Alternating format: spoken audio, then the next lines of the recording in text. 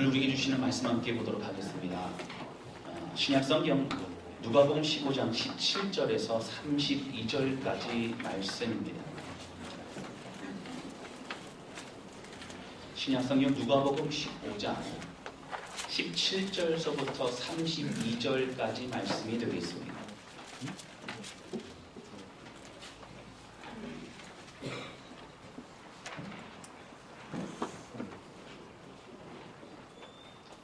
누가복음 15장 17절서부터 32절까지 좀 깁니다. 제가 교독하도록 하겠습니다.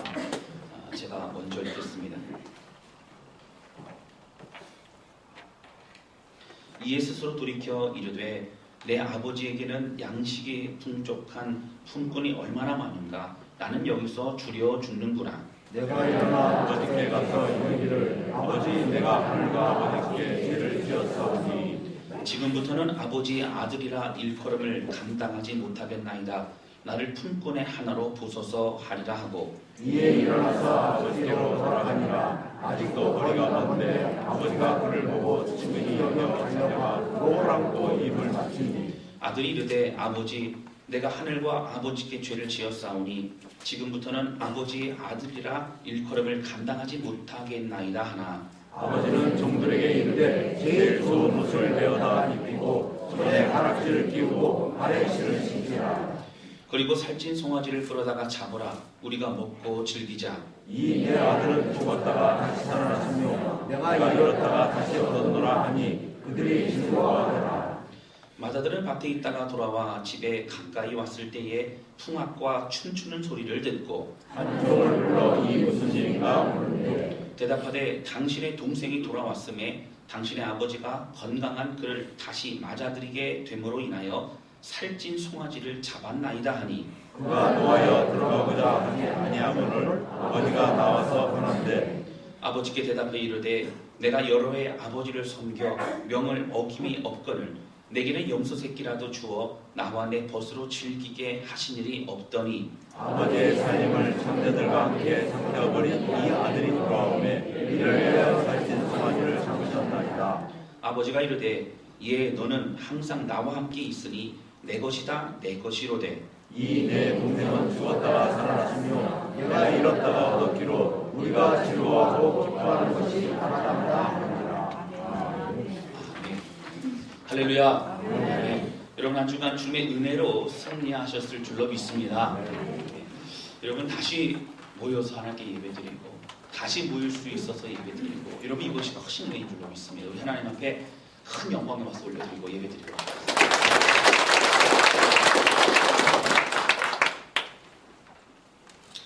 제가 인터넷에서 봤던 내용입니다.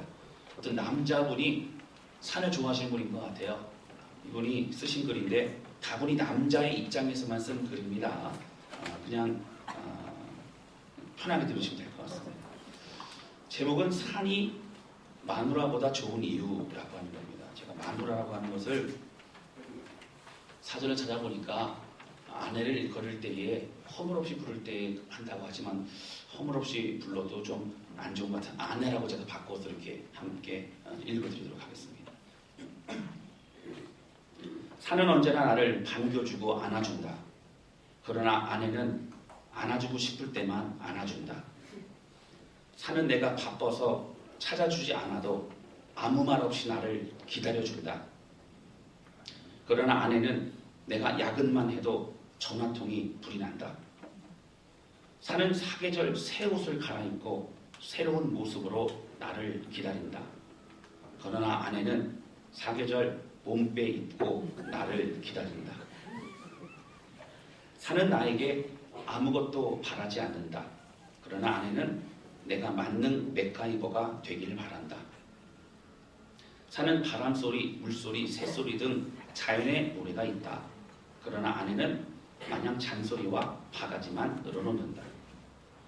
산과는 말없이 조용히 대화한다. 그러나 아내와의 대화는 입씨름의 전조다. 그러나 내가 산하고 안 살고 아내하고 사는 이유가 있다. 산은 내게 밥을 해주지 않는다. 이런 내용입니다. 여러분 이 얘기 들으시면 사실 여자분들 하실 말씀이 많이 있으실 것 같아요. 예. 다음에 기회가 되면 여자분들이 하고 싶은 얘기도 제가 한번 들려드리도록 하겠습니다. 여러분 함께 사는 부부와 또 가정 안에서 행복하면 얼마나 좋겠습니까? 그리고 그런 가정에 들어가는 그런 남자들, 또 여자들, 또 자녀들도 얼마나 행복하겠습니까? 여러분 그래서 가정은 더 친밀해야 합니다. 가정은 더욱더 사랑해야 되고 가정은 더욱더 노력해야 합니다. 저는 우리가 하나님과의 관계도 마찬가지라고 생각합니다. 적어도 우리가 일주일에 한 번 이상 함께 나와서 예배를 드립니다. 하나님 앞에 얼굴을 대면합니다.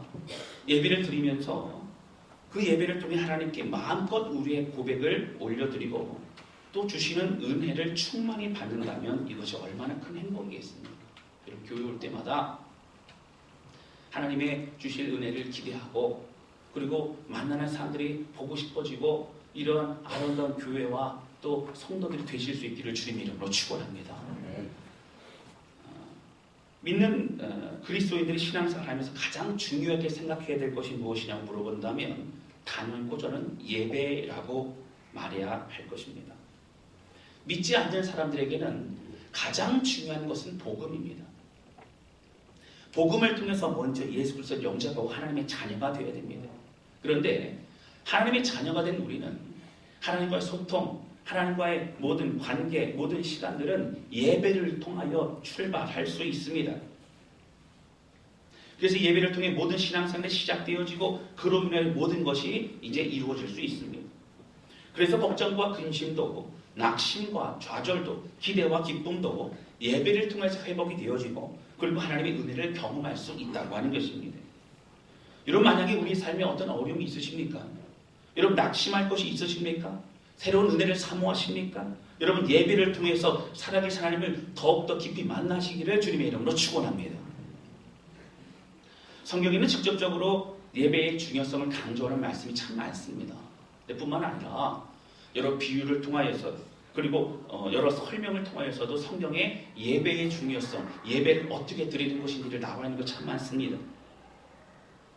그 가운데서도 말씀 묵상하면서 예배에 대해 참으로 잘 표현되어 있는 그런 부분이 있다고 있는 것을 발견하게 됩니다. 바로 이것이 우리가 잘 알고 있는 탕자의 비유입니다.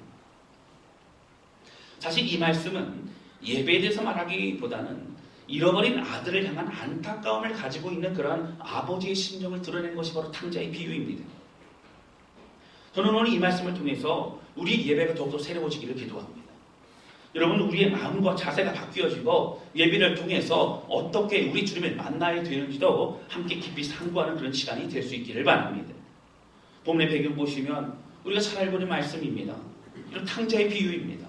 어느 날 둘째 아들이 아버지에게 자신에게 줄 유산을 좀 미리 달라는 거예요. 그래서 그 재산을 가지고 먼 나라에 가서 허랑방탕하게 지내다가 탕진하게 됩니다.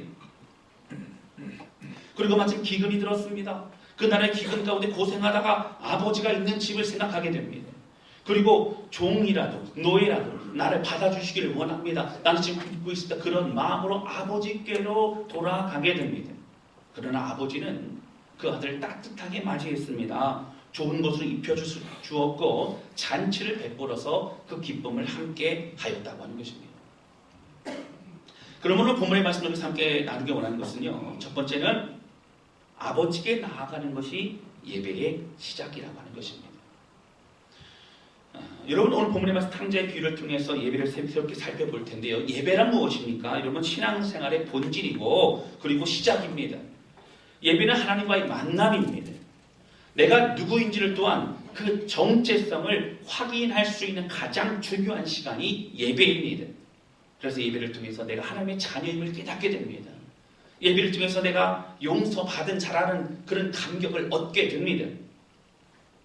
또한 하나님의 존재를 깊이 인식할 수 있고 경험하는 시간이 예배입니다. 또한 우리 인간이 얼마나 지극히 연약하고 작은 존재인지를 깨닫습니다. 그리고 한없는 능력의 주님을 만나게 되어지고 이제는 내 연약함이 아닌 주님을 붙잡고 믿음의 길로 나아가게 되는 것이 바로 예배입니다. 많은 목사님들이 말씀하시기를 주일 예배가 너무도 중요하다고 말씀하십니다. 여러분 잘 아실 겁니다. 그 예배로 한 주간을 또한 승리로 살아갈 수 있기 때문에 그렇습니다. 매일같이 개인적으로 묵상을 하고 그리고 하나님의 말씀을 접하고 있지만 또 공동체를 통해 주시는 이 말씀을 통하여 우리가 힘있게 삶을 주 앞에 드릴 수 있다라고 하는 것입니다. 그래서 성도들은 예배에 목숨을 걸어야 합니다. 그리고 목회자들은 예배 준비에 또한 목숨을 걸어야 합니다. 이 모든 것을 인식하고 순종할 때에 행복한 신앙생활을 우리는 할 수 있다고 하는 것입니다. 오늘 본문의 말씀에 둘째 아들은 결국 아버지에게서 가져온 모든 재산을 탕진합니다. 그리고 기근이 되었을 때 그 어려움 가운데서 돼지를 치는 그런 곳에서 일을 하게 됩니다. 여러분 사실 이스라엘 백성들은요 돼지를 치지도 않고 돼지를 먹지도 않습니다. 돼지라고 하는 것은 저주를 상징합니다. 혐오를 상징합니다. 여러분 사실 둘째 아들이 갔던 지역은 이방 지역이기 때문에 그 돼지를 먹었던 것 같습니다. 그러니까 돼지를 치웠습니다. 그곳에서 돼지를 기르면서 일을 하게 되는데요. 기근이 들다 보니까 주염 열매조차도 돼지들이 먹는 열매조차도 배불리 먹을 수 없는 어려운 가운데 있었습니다. 얼마나 절박한 상황이었는지 모릅니다. 돼지들이 먹는 주염 열매 배불리 먹을 수 없는 고통 가운데 그가 생각했던 건 바로 아버지였습니다. 그리고 아버지 곁으로 다시 돌아가게 됩니다. 여러분 사실 둘째 아들은 자신이 죄인인 것을 과정을 통해서 깨닫게 되었습니다. 죄인임을 알고 나서 여러분 오늘 본문의 말씀 21절에 보시면 그런 고백을 아버지를 만나고 나서 하게 됩니다. 찾아볼까요? 누가복음 15장 21절입니다. 그가 고통과 고민 가운데 아버지에게 찾아왔습니다. 그리고 아버지에게 이제 하는 말이 21절입니다. 우리 21절 같이 읽겠습니다. 시작. 아들이 이르되 아버지 내가 하늘과 아버지께 죄를 지었사오니 지금부터는 아버지의 아들이라 일컬음을 감당하지 못하겠나이다 하나. 여러분 자신도 어떻게 해요? 깨닫다 보니까 내가 어떻게 큰 죄를 지었는지. 여러분 사실 아버지에게 유산을 달라는 얘기는 아버지를 죽은 자 취급하는 겁니다. 그리고요 그는 모든 걸 다 탕진해 버렸습니다. 그리고서 나중에 돌아왔습니다. 여러분 그 모든 과정 가운데 그가 얼마나 불효극심한 그런 자식인지를 그는 깨닫습니다. 사실 돌아오면 안 되지만 그래도 불구하고 아버지 안에 있는 것이 그나마 낫다라고 내가 종으로 살아도 노예로 살아도 아버지 집에 있는 것이 낫다라고 생각하면 돌아왔다라고 하는 것입니다.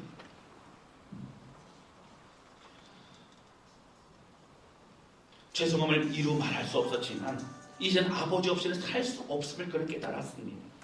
그래서 차마 발걸음이 떨어지지 않는다 할지라도 내가 있어야 될 곳은 아버지의 집이라는 것을 알았습니다. 그리고 그 아버지를 만남으로 그 사랑 안에 들어가게 되었던 것입니다. 돌아온 아들을 아버지는 동네에 입고 있어 늘 기다리셨던 것 같습니다. 오늘 본문의 말씀 보시면 여러분 이렇게 나옵니다. 20절 보시면요. 이에 일어나서 아버지께 돌아가니라. 아직도 거리가 먼데 아버지가 그를 보고 측은히 여겨 달려가 목을 안고 입을 맞추니. 여러분 거리가 먼데요. 어떻게 아들이 오는 걸 알았을까요? 더군다나 누더기에 돼지를 치고 여러분 사실 행색만 보아도 사실 알아볼 수 없는 그런 아들이 아니었을까요? 여러분 왜 그랬을까요?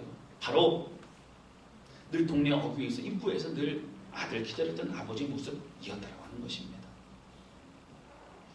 그리고 돼지를 쳤던 그 냄새나는 아들을 그는 그냥 끌어안아 주십니다. 돌아온 아들이 중요했기 때문에 그렇습니다.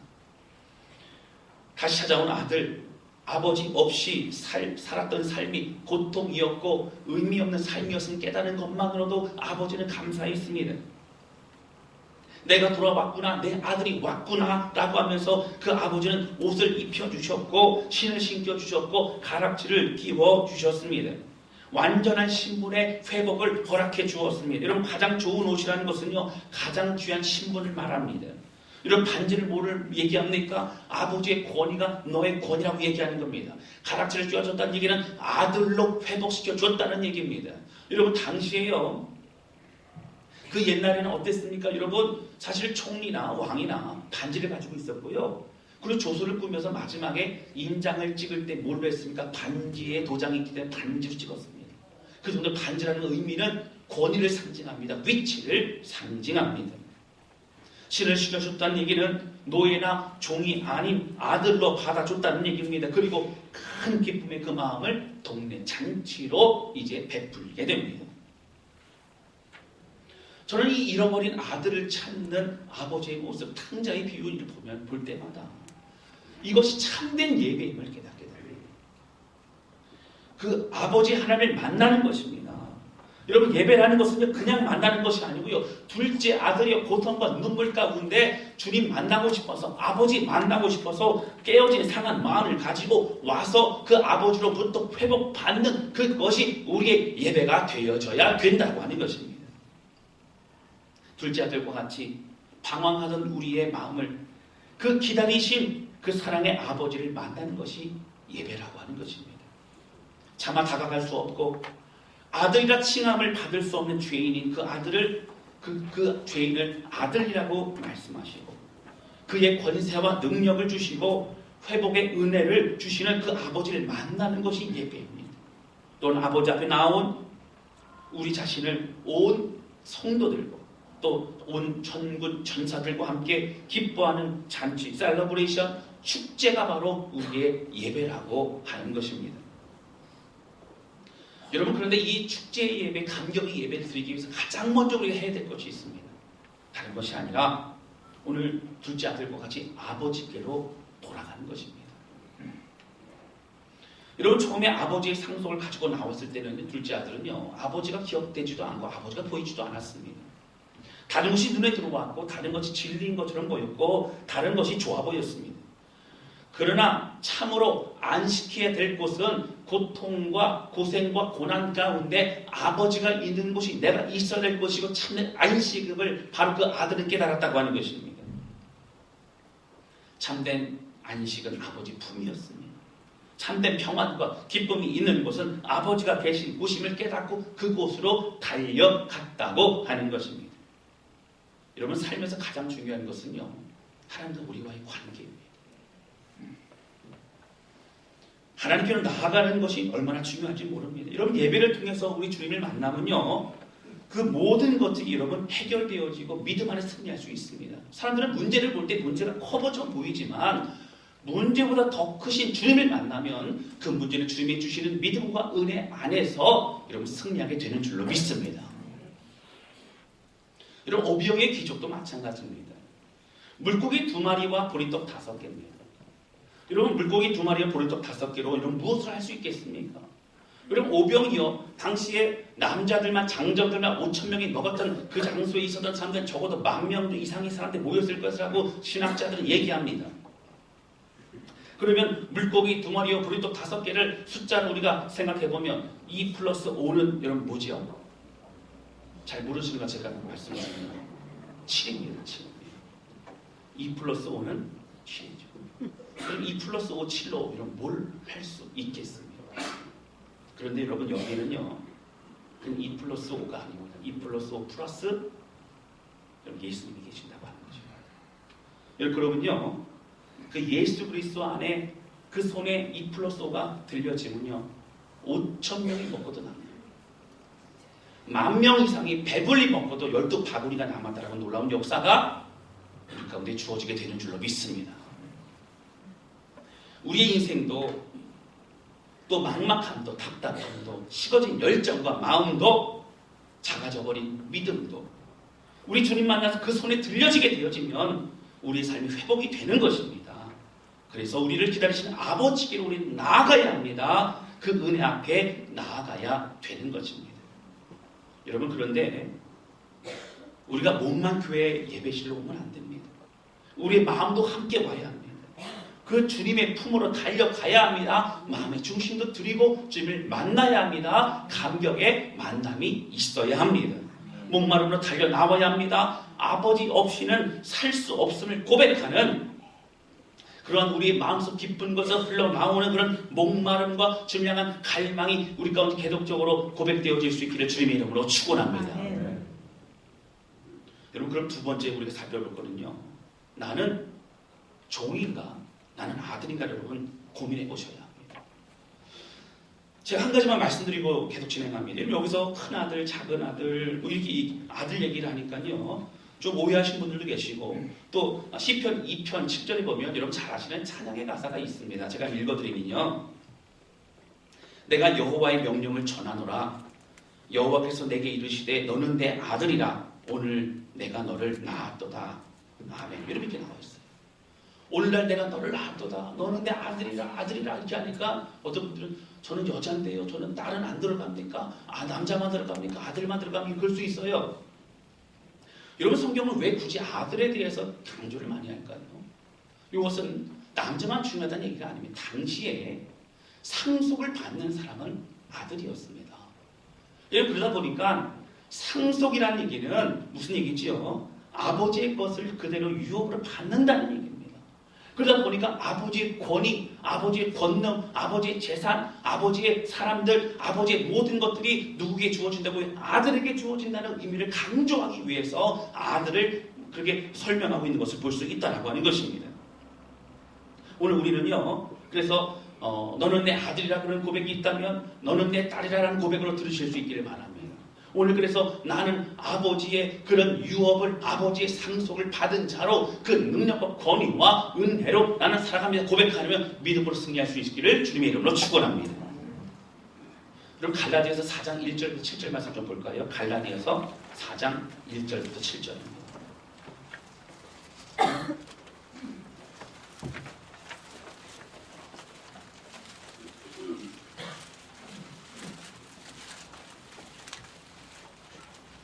여러분 갈라디아서는 사도 바울이 갈라디아 교회에 보낸 편지입니다. 특별히 갈라디아서는 이 신청이 믿음으로 우리가 승리한다는 것을 강조하고 있습니다. 그런 가운데 4장에 보시면 4장은 바로 종이 아니라 너희는 아들이다.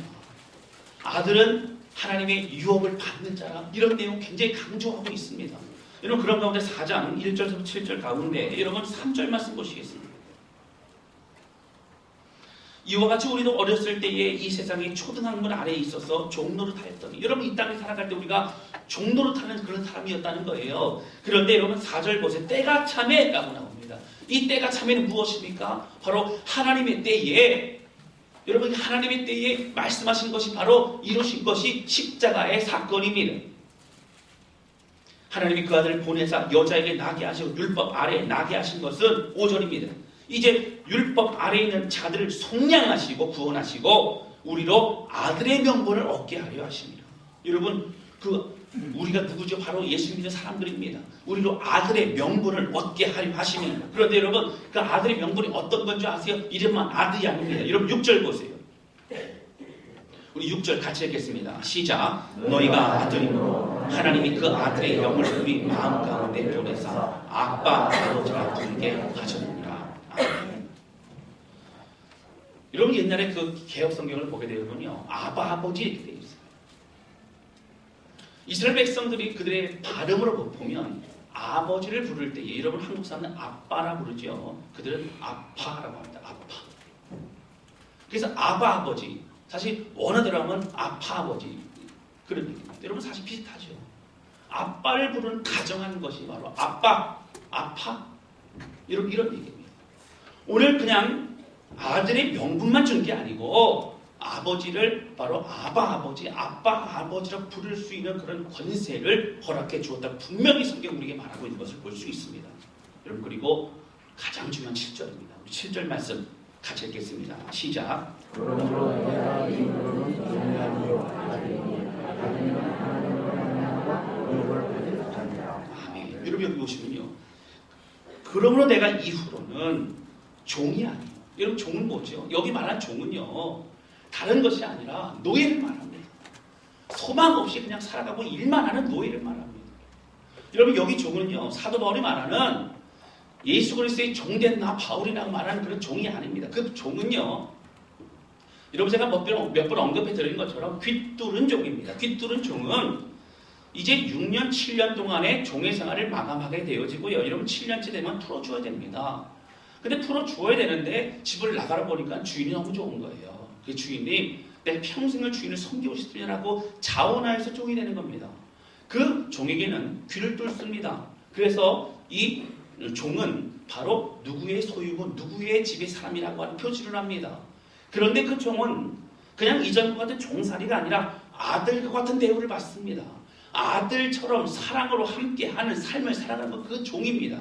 사도 바울이 말하고 있었던 내가 그 예수 그리스도의 종된 나 바울이라고 하는 그 종은 자원하여 하나님이 주시는 은혜 가운데 있었던 책임짐을 받는 종을 말합니다.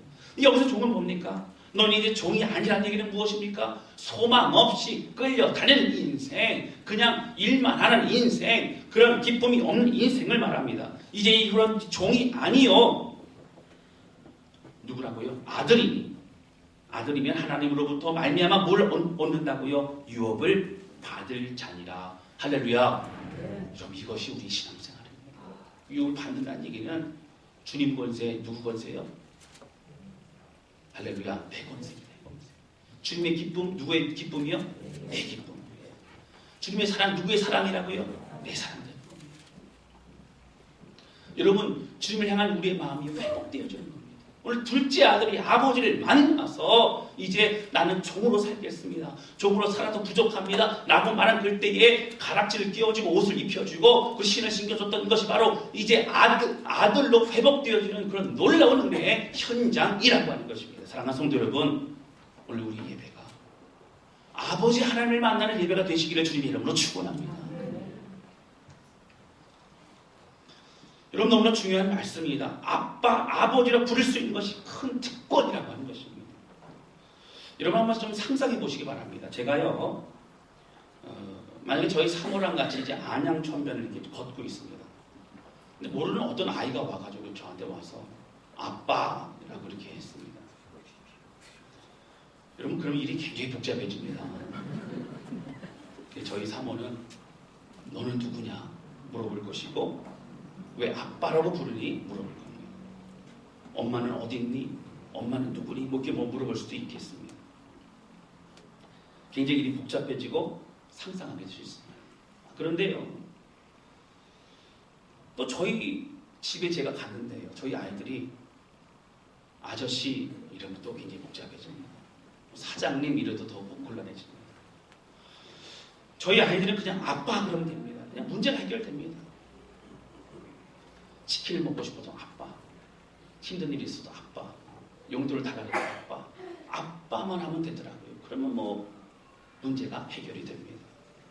몇 년 전인지 모르겠습니다. 제가 첫째 아이가 지금 중3이지만 작은 사택에 제가 살고 있을 때고, 큰 아이가 7살 때 제가 필리핀 갔기 때문에 6살에서 7살 정도 됐을 것 같습니다. 하루는요, 아이스크림을 먹고 싶다고 그러는 거예요. 그래가지고 제가 큰 돈 줬으면 1,000원을 제가 줬어요. 1,000원을 줘서 이제 아이스크림 사러 먹으라고 그랬습니다. 좀 이따 이제 애가 오면은 아이스크림을 가지고 와가지고 한방 웃음을 지으면서 행복해할 모습을 기대하고 있는데, 보니까요, 슬픔이 가득한 얼굴로 온 거예요. 그래가지고 제가 이렇게 쳐다봤더니 저한테 아빠 그러면서 와서 저한테 안겨서 우는 겁니다. 그래서 왜 그러냐고 그랬더니 세이브존 슈퍼에 가가지고 아이스크림을 살라고 봤더니, 여러분 가보시면 뭐 궁금하시면 가보시면 하면 됩니다. 이 냉동고가 아이스크림 찾는 곳이 넓어요. 큽니다. 그리고 한 개만 있는 게 아니라 한 3개 대기가 있죠. 이제 아이스크림 뭐가 맛있을까 이렇게 막 보다 보니까 이렇게 그 돈을 그냥 그 냉동고와 냉동고 사이에다 빠져버린 거예요.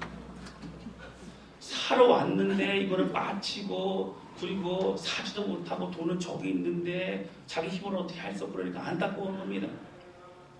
집에 왔어요. 그 얘기를 들었습니다. 제가 어떻게 했겠습니까? 달려갔죠. 돈 잃어버릴까봐 달려갔어요. 그리고 넓은 냉동고 사이에 있는 것을 발견했습니다. 그러면 어떻게 했어요? 으라차차 하면서 제가 냉동고를 밀었습니다. 그 돈을 꺼내서 이게 줬습니다. 그랬더니요, 그때 그 존경의 눈빛을 지금도 잊을 수가 없어요. 막 쳐다보고 슈퍼맨 보는 듯한 눈빛이었죠. 근데 그때 이후로는 그런 눈빛을 아직도 제가 본 적은 없습니다. 여러분, 뭐라고 부르면 된다고요? 아빠라고 부르면 돼요. 그럼 아빠가 해결해 줍니다. 저는요, 그때 그 일이 제가 기도할 때만 참 생각이 많이 납니다. 여러분, 아빠, 아버지, 오늘 갈라디아 4장에 있는 이 말씀은요, 우리가 특권이 아빠, 아버지로 부르지 않았다는 얘기입니다. 아들의 특권을 가지고 부르라는 얘기입니다. 주 앞에 나아가는 얘기입니다. 여러분 회복받으라는 얘기입니다. 찾아가면 된다는 얘기입니다. 오늘 둘째 아들 찾아갔던 것처럼 찾아가면 혼내시는 게 아니라 안아주신다는 얘기예요. 입혀주시고 새롭게 하시고 아들의 권위를 되찾아주신다는 얘기입니다. 사랑하는 성도 여러분, 오늘 아빠 아버지로 부르면 우리의 모든 눈물을 닦아주시고 우리를 안아주시고 회복시켜주시는 분이 하나님이심을 기억하시기를 주님의 이름으로 축원합니다. 동일하게 여러분 오늘 누가복음 15장의 말씀 다시 찾아보시면 여러분 둘째 아들도 마찬가지입니다. 여러분 찾아가면은요 여러분 만나주시는 거예요. 여러분 21절 보시면 아까 말씀드렸던 것처럼 21절 보세요. 누가복음 15장 21절 보시면 아들이 이르되 아버지 내가 하늘과 아버지께 죄를 지었사오니 지금부터는 아버지의 아들이라 일컬음을 감당하지 못하겠나이다. 여러분 뭐가 된다는 얘기예요? 종된다는 얘기예요. 노예가 된다는 얘기예요. 여러분 그곳에는요 주역멸배도 먹기가 어려웠어요. 그런데 종되고 노예되면 밥은 먹을 수 있잖아요. 그런 마음으로 죄인된 모습으로 찾아왔습니다. 그런데 여러분 22절 보세요. 22절 같이 읽겠습니다. 시작. 아버지는 종들에게 이르되 제일 좋은 옷을 내어다가 입히고 손에 가라지를 띠고 발에 신을 신기라. 아멘. 여러분 어떤 옷을 입혔다고요? 제일 좋은 옷을 입혔어요. 가락지를 띄우고요 발에 신을 신겼습니다. 그리고 23절입니다. 그리고 살찌 송아지를 끌어다가 잡으라. 우리가 먹고 즐기자. 여러분 사실 그 당시에 살찌 송아지라는 얘기는 이제 송아지를 키워서 어떻게 해요? 새끼를 낳게 한다거나 그러기 위해서 송아지 잘 잡지 않습니다. 가장 귀한 손님에게 주는 것이 송아지입니다. 가장 귀한 그 기쁨을 나타내주고 있는 겁니다.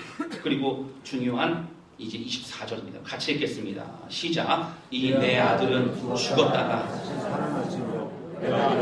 다시 얻었노라 하니 그들이 즐거워하더라. 아멘. 여기 이게 누구의 마음이라고요? 하나님의 마음. 내 아들은 죽었다가 살아나노라. 잃어버렸다가 내가 되찾았노라. 할렐루야. 네. 여러분 그 주님이 오늘 이곳에 임재하시고 우리 예배를 받으시길 원하십니다. 여러분 우리가 앉아만 있으면 안 됩니다. 마음이 중심 잡에 들이면서 그 주님 만나고 회복되어지고 온전한 주의 능력과 믿음으로 인하여 나아가는 저와 여러분 되시기를 주님의 이름으로 축원합니다. 네.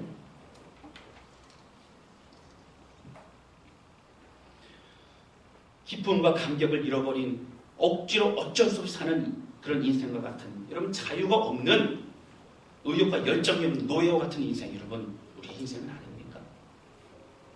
여러분 우리에게는 종이 아닌 아들의 감정을 가지고 살아가야 된다고 하는 것입니다. 여러분 사실 저는 본문의 말씀을 읽으면서 가장 안타까운 사람이 있어요. 가장 불쌍한 사람이 있어요. 누구냐면 바로 첫째 아들입니다. 여러분 첫째 아들은 동생이 살아서 돌아왔지 않습니까? 근데 그 돌아온 그 기쁨도 함께하지 못했습니다. 여러분 들어가지 않아서 잔치에 들어가지 않는다는 겁니다. 화났다는 거예요. 그리고 어떻게 했습니까? 억울했습니다. 속상했습니다. 여러분 왜 그런 줄 아십니까? 오늘 본문의 말씀 보시면 29절에 나와요. 29절 보실까요?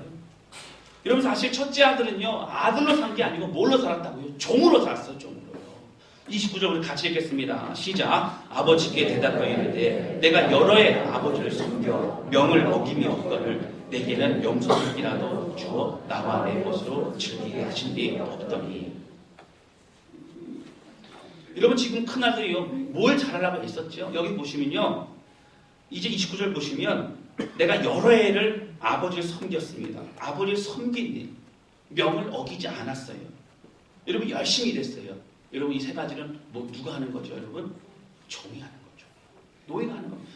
노예는요 여러분 이 세 가지만 잘하면 되는 거예요. 그럼 칭찬받습니다. 근데 아버지가 원하는 것은 이게 아니고요. 함께 먹고 함께 마시고 함께 기뻐하고 함께 즐거워하는 것이 아버지의 원하는 것이라고 하는 것입니다. 사랑하는 성도 여러분, 첫째 아들은 아들의 인생이 아니었어요. 종의 인생 살았어요. 그리고 불평이 많았어요. 그러다 보니까 작은 아들이 돌아왔는데 그 기쁨을 함께하지 못했습니다. 이런 뭐만 보였어요? 저 아들은 죄인이라는 거예요. 저 아들은 창기와 함께 그렇게 재산을 탕진한 아들이라는 거예요. 나는 그래도 이랬다는 거예요. 그러나 아버지가 원하는 것은 감격이라는 거예요. 아버지가 원하는 건 함께하는 것이라는 거예요. 아버지의 마음을 함께 공유하고 느끼는 것이라고 하는 것입니다. 사랑하는 성도 여러분, 교회는 나오는 거예요. 아들로서 아버지 하나님을 만나고 감격하고 회개하고 용서받고 회복받고 아들이 되었음을 또 확인받고 좀 이것을 못하면 우리는 그냥 종과 같은 인생, 노예와 같은 인생이 될 수밖에 없다라고 하는 것입니다. 나오긴 나오는데 힘들어요. 어려워요. 아무리 큰 죄를 졌어도 오늘 둘째 아들 여러분 어떻게 하셔서 하나님께서요? 아버지가 어떻게 했습니까? 받아줬어요. 다른 묻지 않았어요. 안아줬어요. 그리고 좋은 옷 입혀주셨어요. 그리고 이제 가라지 끼워줬고 신발 신겨줬다고 하는 것입니다. 오늘 우리 예배가 우리 아버지 하나님을 만나는 예배가 되시기를 주님의 이름으로 축원합니다. 여러분 우리 아버지를 기다리고 계세요. 우리 하나님은요 우리를 만나고 싶어 하세요. 그리고 우리를 안아주고 싶어 하십니다. 얼마나 힘들었니? 그렇게 말씀하신다고 하는 거예요. 우리 예배를 통해서 그 주님을 만나고 더 이상 감격과 감동이 없는 큰아들과 같은 의무와 부담과 그냥 열심만을 강요하는 듯한 그런 어쩔 수 없는 그런 모습의 신앙생활이 아니라 오늘 아버지를 만나 연약해도 부족해도 주님 포기하지 않고 아버지 하나님 만나 기쁨과 감격으로 주기를 걸어가는 우리 모두가 되실 수 있기를 주님의 이름으로 축원합니다.